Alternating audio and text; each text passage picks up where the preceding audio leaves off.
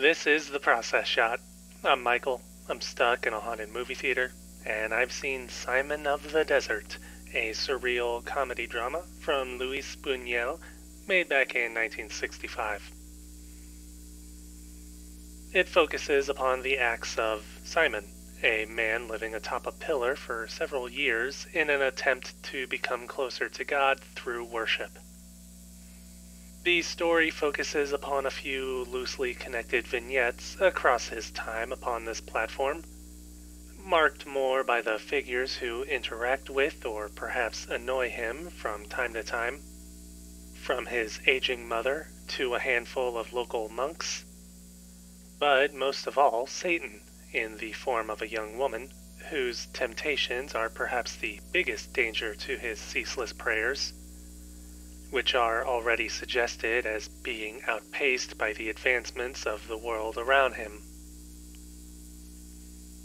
Admittedly, this doesn't really sound as surreal or fantastical on paper. There isn't even really all that much that is distinctly unusual about the film, outside of Satan, of course. The surreal elements come primarily in the irony within dialogue or characters, which give a more casual treatment to the piety or, at times, miraculous nature of events that are going on. That's not to say that nobody is taking Simon or his devotion seriously, but it seems as if every one of these scenes has somebody who dissociates from the heaviness of his actions, treating it less as an act of worship and more like a roadside attraction.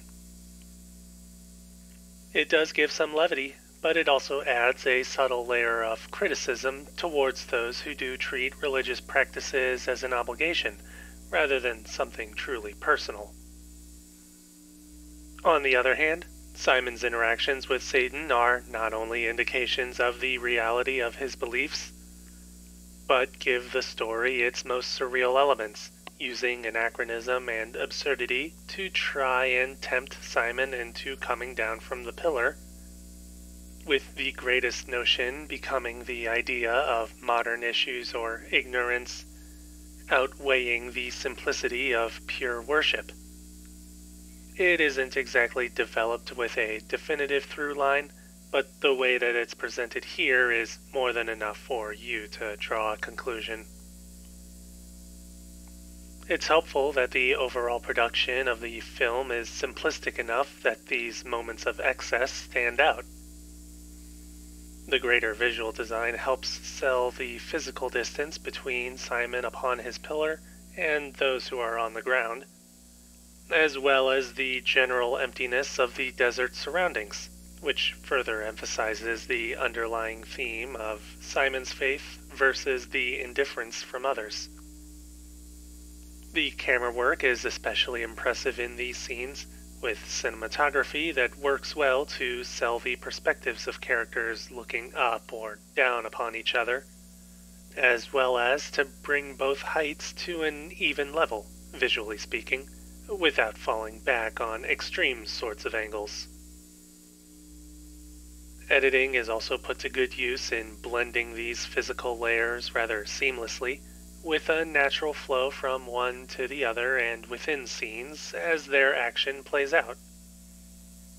There is also a noticeable lack of music, likely on purpose to give a further sense of reality, though sound design is rather expressive in turn, especially in a few cases whenever Satan is involved. Speaking of which, some effects that involve her are pulled off well, though they are relatively rudimentary. They're still effective in getting the point across, though, and ultimately I would assume that's the idea here. The greater point of the film is its surreal treatment of Simon's faith, the ignorance and temptations set against him, and the future he himself may be ignoring.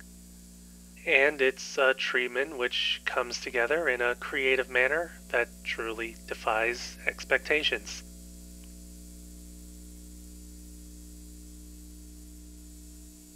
Simon of the Desert, Luis Buñuel, 1965. 4 stars. I'd recommend giving it a watch.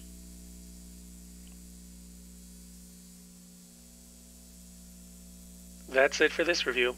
If you liked it, leave a like. If you have something to add, leave a comment. Subscribe to the channel for more reviews. I don't know if anybody will ask, but I'll say up front that I would not prefer to be on a giant pillar in the middle of the desert than in this theater. Then again, Simon does get better food than I do.